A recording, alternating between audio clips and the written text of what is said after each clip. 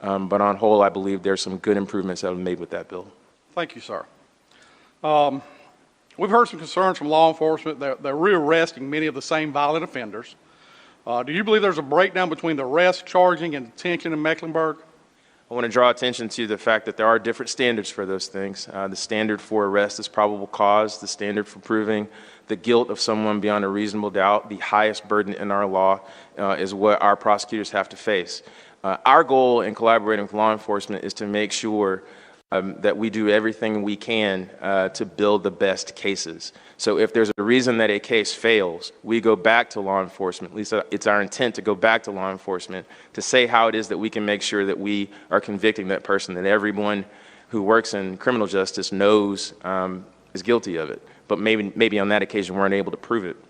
The other thing that I'll say is I don't think the members of our community want necessarily to wait on being able to meet the high burden of proof beyond a reasonable doubt before an officer makes an arrest on a case. It very well may be that, look, I need that person off my block. All right, so we are listening to District Attorney Spencer Merriweather. You've got Mecklenburg County Sheriff Gary McFadden, CMPD Chief Estella Patterson sitting behind them, the mayor by Lyles to the left of Merriweather there. All of this is happening, the House Select Committee and Oversight in Raleigh, live in real time with the City of Charlotte. Public safety in question. Yeah, obviously, that is the key part there. They're talking about the passage of Arena's law. She was murdered on the light rail back in August of 2025. So obviously, this is going to be, the lawmaker there said from the beginning, they have a lot to get to. They're just going to jump right into questions. So this will be going on for the next couple of hours, we can imagine. So we will have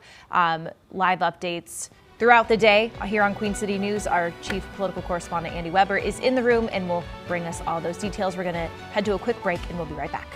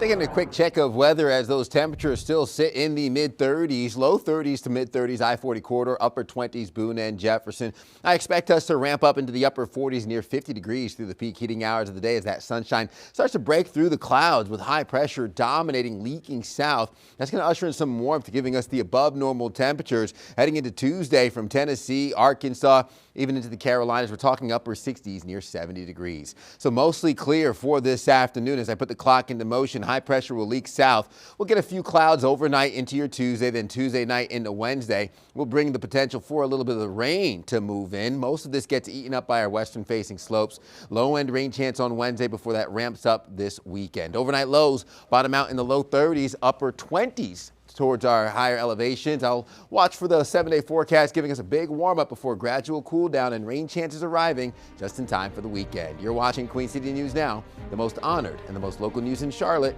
We'll be right back.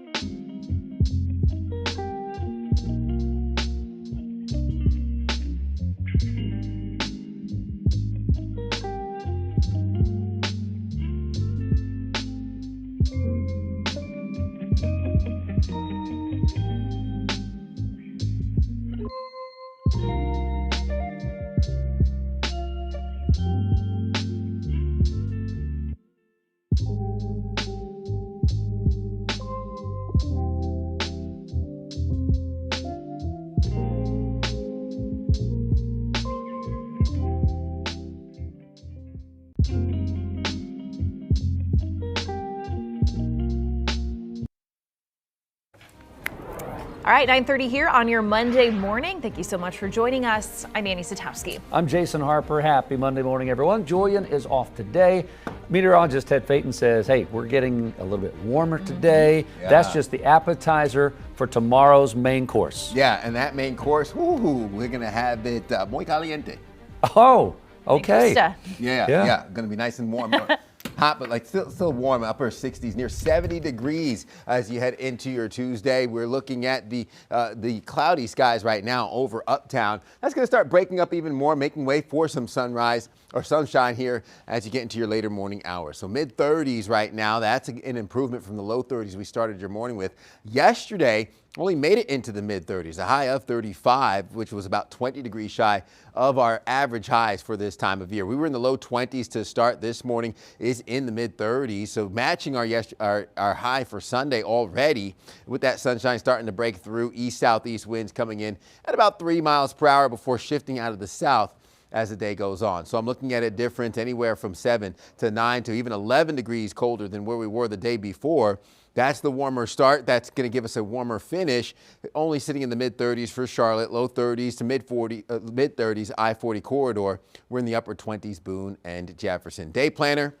Host those partly cloudy skies. Mostly sunny skies are on the way for this afternoon. We go from the low 40s lunchtime to upper 40s near 50 degrees. Peak heating hours of the day will be relatively cool with those sunny skies breaking through the clouds with those winds out of the south 3 to 8 miles per hour. This evening, low 40s, upper 30s, heading to the 9 and 10 o'clock hour. Overnight lows bottom out in the 30s yet again, making for a cold start to your Tuesday. We'll still rebound pretty nicely after the mid to low 30s Tuesday morning, upper 60s near 70 degrees before a gradual cool down second half of the work week heading into your Friday, Saturday, and Sunday. We'll have those low 50s through the weekend. Average highs typically hit those mid 50s this time of year. I'll break down more of what our overall setup looks like with another check of your forecast coming up in the next 10 minutes. Guys.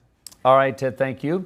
The Seattle Seahawks can expect a big boost to its bottom line after the Super Bowl win. And the Dow Jones starts the day at an important milestone. Jane King is live at the New York Stock Exchange with those stories.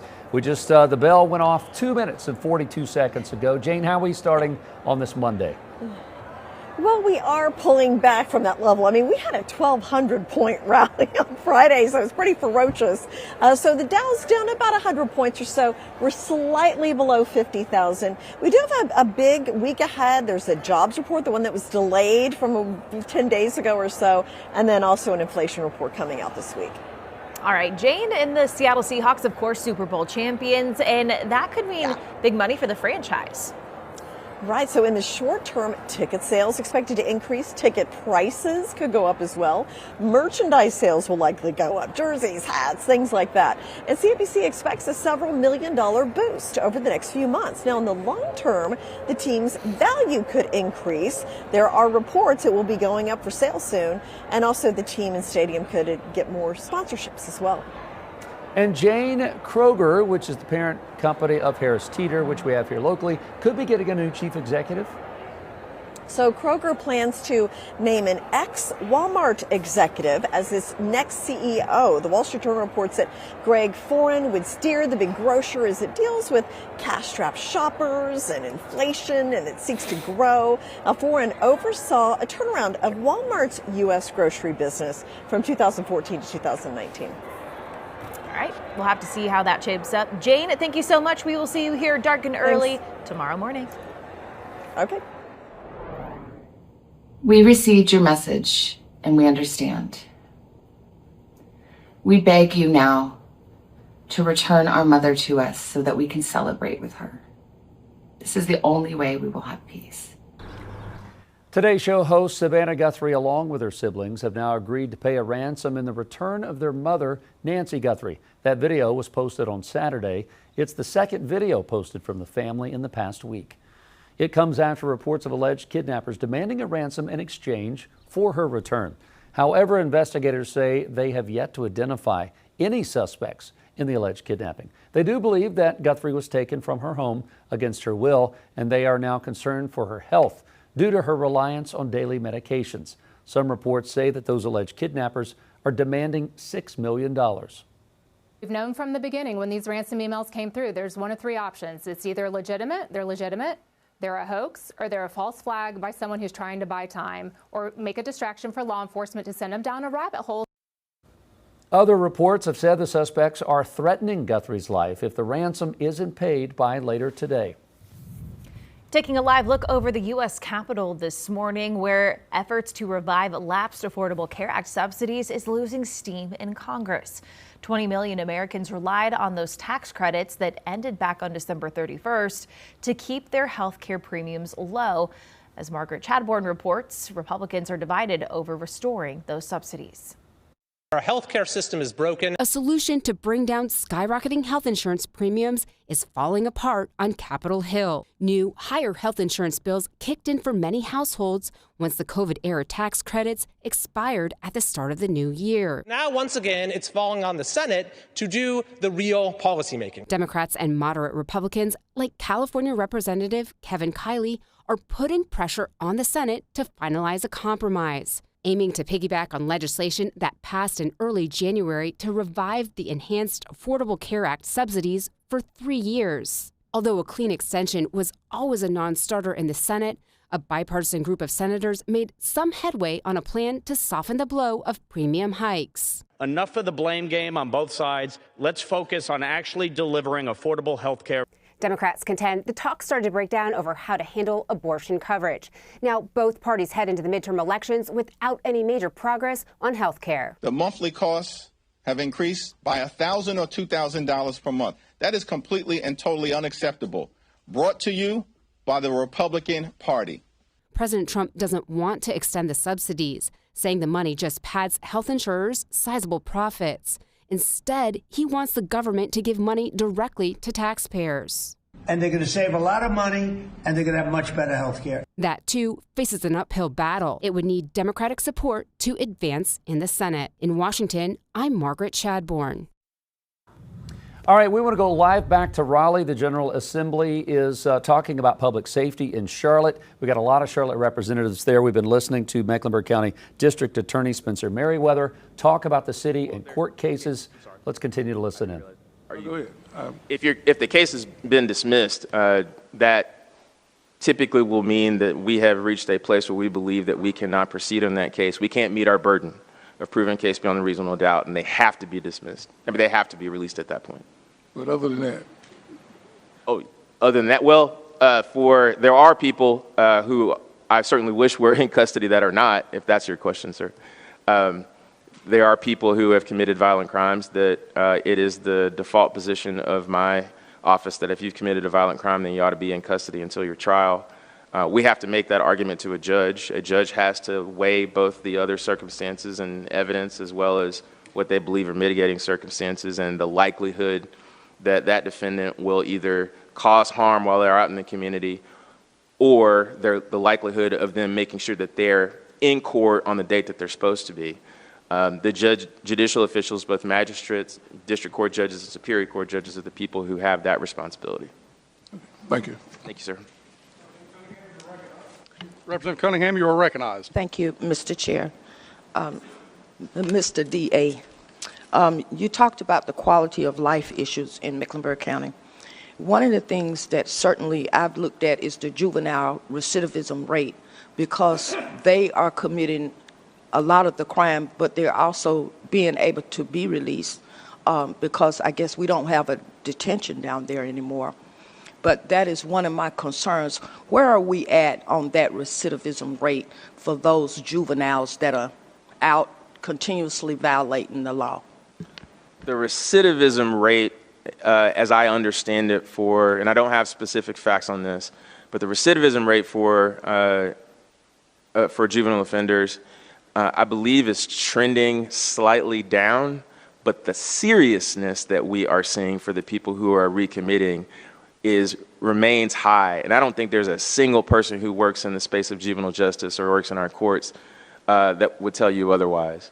The number of times that we are seeing people, I'm not talking about under the age of 16, I'm talking about under the age of 14, who are picking up a gun and doing harm, that quite frankly, we have to make sure that we are appealing to our judicial officials to understand, we know you want to treat this person like a kid, but please don't forget about these other kids, that they are entitled to a level of protection as well. It is true that we don't want we don't want our judicial officials to have to make a decision on anything other than the safety of the community, as opposed to the availability of either space or a sufficient detention facility. That's why there is certainly a conversation about that within our district. I know that there are many resource challenges that have to be dealt with by folks who are far more qualified than me to speak on that, as far as the budget stuff is concerned anyway. Follow up, Mr. Chair. Thank you. Do you know if every court now is operating in-person court in Mecklenburg County? Every court that's supposed to be functioning, are they all functioning in person now? I know that every criminal court, because those are the ones where me and my people are responding to. I cannot speak with regard to civil. Can somebody get that for me and get it back to me? Thank you. The last follow-up, Mr. Chair. You're recognized. So it sounds like that resources, we're tight for resources. And for me, we spend $3 billion in the state of North Carolina on other individuals when we have a homeless population in Mecklenburg County, and we have a mental health crisis that's been going on for not just 10 years, 20 years, 30 years now. So what resource would you ask for that we could help you with in the next session? I want to think broadly, probably a little bit more broadly than what would be a part of an official policy ask. We have had issues with people who are homeless and unhoused in our community. I went over to South Carolina with a delegation of folks where they have what's referred to as a homeless court. And what they are able to do within their municipal court, this is Rock Hill, by the way, what they're able to do in their municipal court is to say, look, we know you're going to be held in custody for 30 days on this particular low-level misdemeanor charge, or it's going to have significant fines to it. Now, these 13 service providers, they're willing to help you, but otherwise, you got to stay where you are, or you're going to have to pay this money. Now, the backlog in their system is not nearly what we have in our county or even within our state. But the design of that localized system gives them the possibility of being able to leverage things that gets people the care that they need.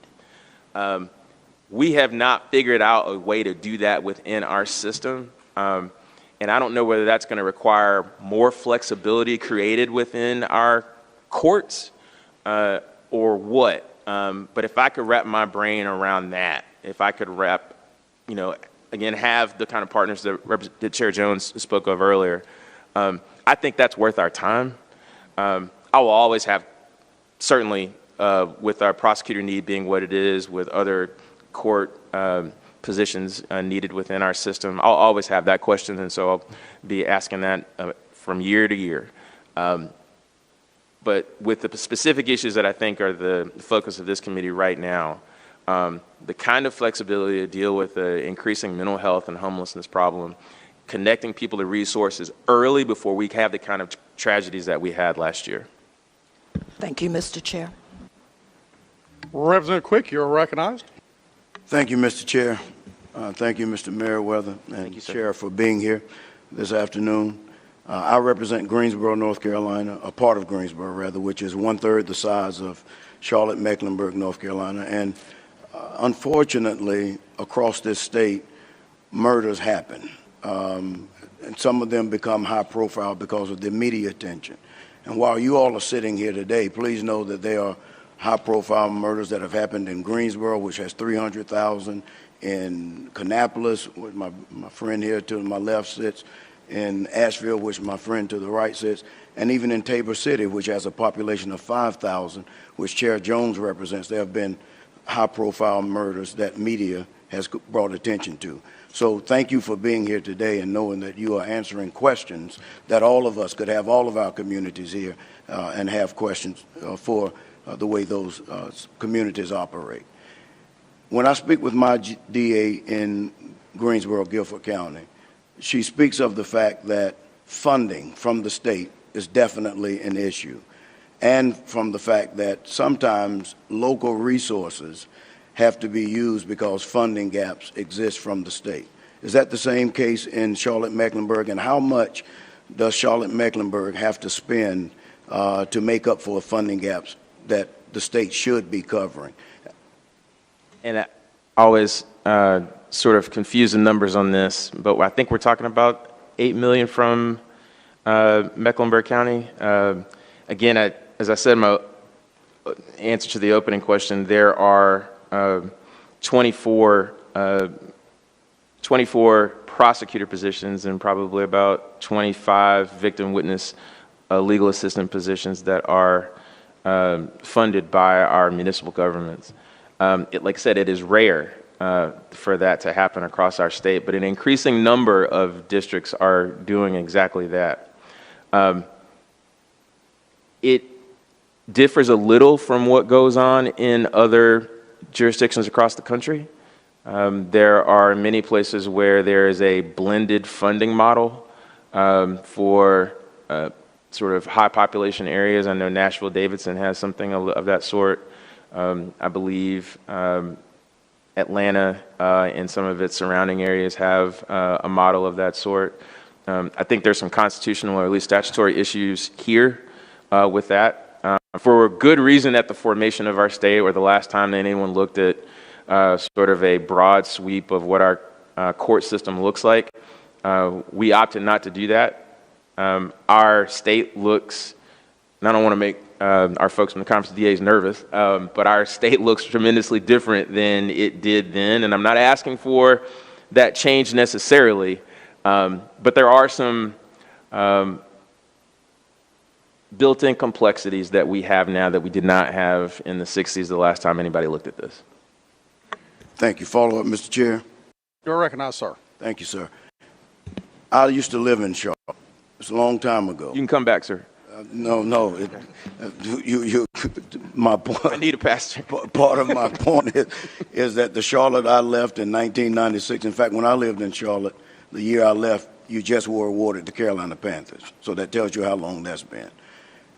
When I go back now, it's not the same place. It's absolutely not the same place. The growth in Charlotte is astronomical and in a lot of ways mind-blowing. However, the funding formula from the state does not appear to be modernized so that you can do what you need to do. How would you suggest that the funding formula from the General Assembly change so that you can more effectively do your job? I don't think that there's any question that certainly takes more revenue to fund a community of our size. Now, how you get there is something that I think all of you fine folks can sort of figure out. There's some folks that believe that there could be changes in how that revenue is created. There's some people that think that if you spur economic growth in the right way, that revenue will come. That's a debate I think that it's appropriate for you to have. But I do think we are changing, and we do have to do things to keep up with that. It's important for me to say I'm not from this state. I moved here. I moved to North Carolina in 2002. You're doing good, sir, to interpret this lingo we have. Thank you, sir. I appreciate you. I moved to Charlotte in 2007. I decided to make it my home because, man, it just seemed like the kind of place where a young person could make their mark. It was growing. I know that there are people all over your communities that have felt that same way. That is my interest in making sure that it is safe. I don't believe that just because you move to a city that you have to abandon what your standards are as far as what a safe and vibrant community is. But it's also true that you do have to resource that. You have to fund it, and you've got to structure it.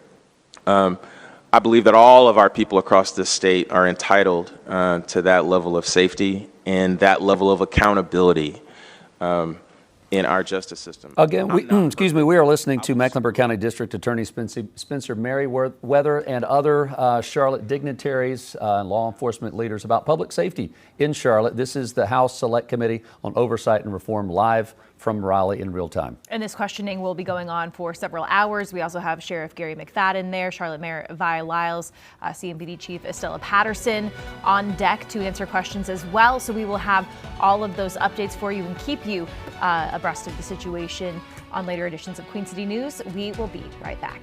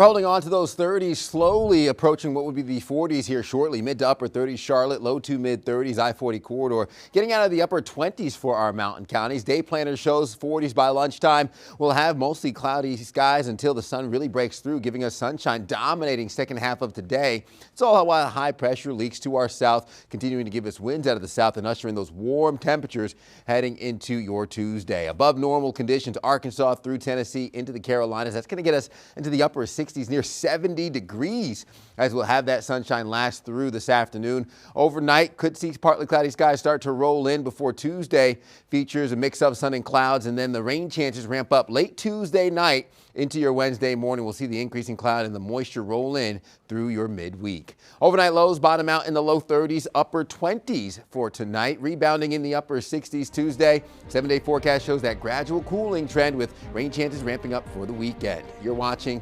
Carolina's own Queen City News Now, the most honored and the most local news in Charlotte. We'll be right back.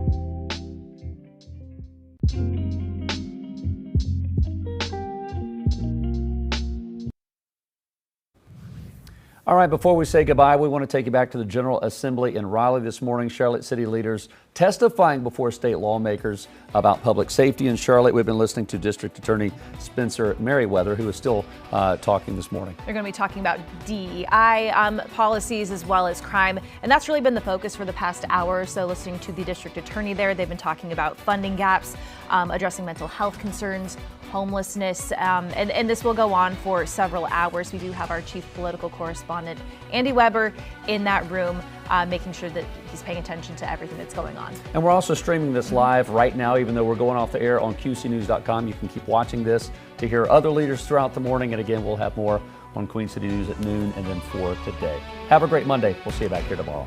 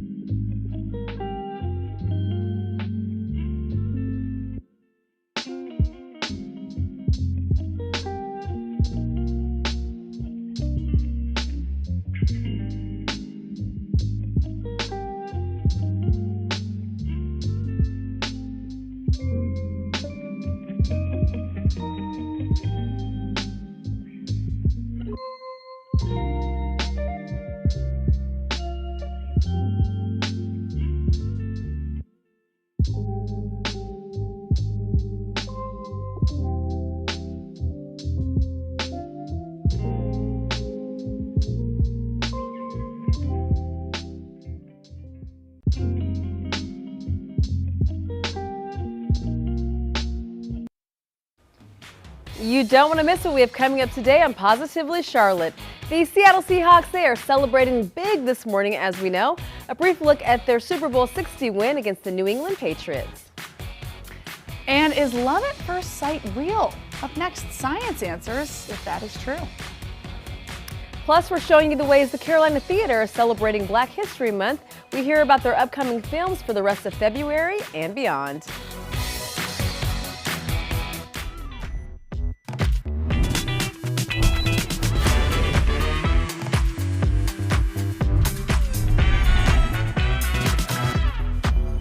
Happy Monday. Welcome to Positively Charlotte. Thank you for starting your week with us. I'm Alicia Quarles. And I'm Liza Mahacek. It's so great to have you here. And if you are up at this time and you watch the Super Bowl all the way through, congratulations. I always say there needs to be a holiday the day after the Super Bowl. Like Black Friday, you know, we need a day after Super Bowl. Yeah, I don't think Sunday. it's right. People have to work. Super Bowl Monday or something like that. Super Sleep Monday. That's it. Or make That's what we it gotta Super do. Bowl on a Saturday so that we have time to recover on a Sunday. I know, because why are we doing this on a when we know how big of a deal this is? Yeah. Why are we doing this on a Sunday? Okay, but let's talk about our weekend recap. So my dad came down to visit. Now this is really funny, you guys. He comes down and I'm in my kitchen. I look over and I go, Dad, why are your sunglasses still on? He's like an hour into the visit. And he goes, Alicia. I go, but